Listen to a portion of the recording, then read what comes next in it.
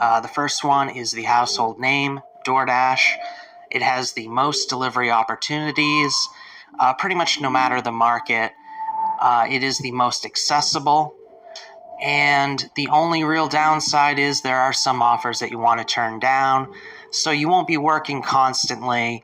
But if it's a busy enough day and the opportunities are coming in, you will likely have work and will be making over minimum wage.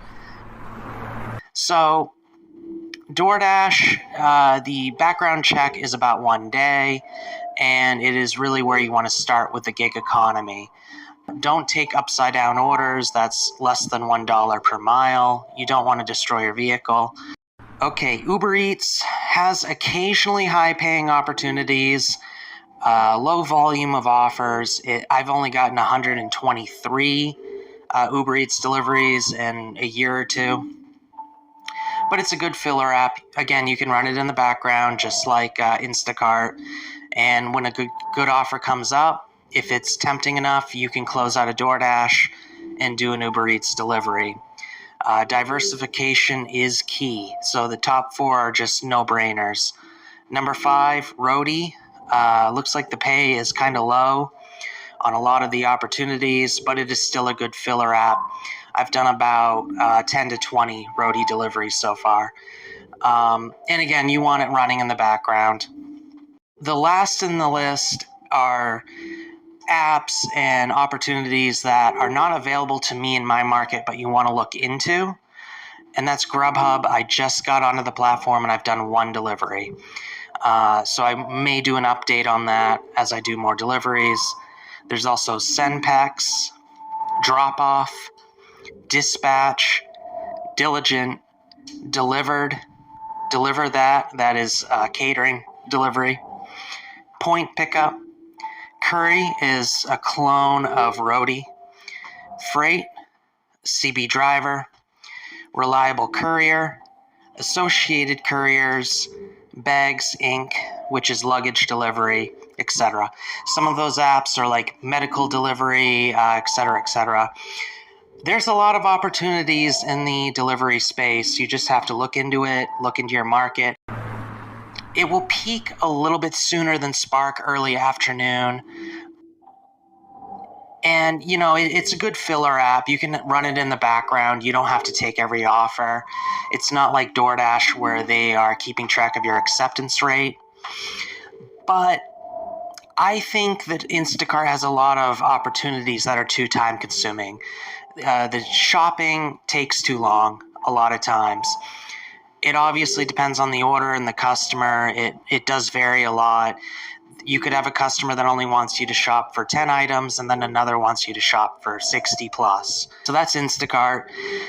Shipped is pretty much a clone of Instacart, except it is shopping at Target.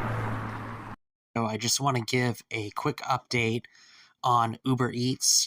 They are expanding in the state of Maine to the town of Jay, Searsport, and Farmington. I believe that Uber Eats is eventually going to try to cover at least the same territory as DoorDash, if not more. And so this is a good sign, and it's a good time to sign up for the Uber Eats platform, because Uber Eats is also getting a lot of Walmart deliveries and taking them away from Spark drivers. But multi-apping, or at least having multiple apps available, is the way to go. I just wanted to talk quickly about something called tip baiting. It is happening to Spark delivery drivers. These are delivery drivers that work for Walmart. And basically what's happening is the customer is promising a $20 tip or more in order to coax someone into delivering. And then once the delivery is done, they're zeroing out the tip. And the delivery driver is only getting base pay for the delivery. Obviously, I don't like this practice, and I have been the victim of it at least a couple times. What I would say is avoid deliveries that are too good to be true. If it's like $35 or more for a single delivery, in a trip, I would be a little cautious and expect that maybe the tip will be zeroed out. If a customer is only promising like a $5 to $10 tip, they're probably going to follow through most of the time. Why join the gig economy? For one thing, you can participate in the gig economy as much or as little as you want.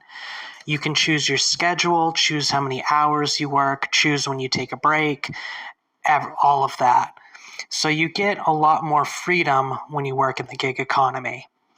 If you have a job and you work gig economy apps on the side, you can really supercharge improving your financial situation. So your W-2 or your traditional job would provide the bedrock or the foundation for your finances.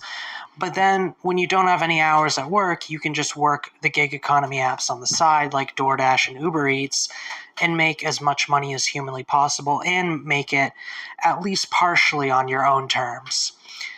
You would still have some freedom, but you would also be getting the maximum amount of money.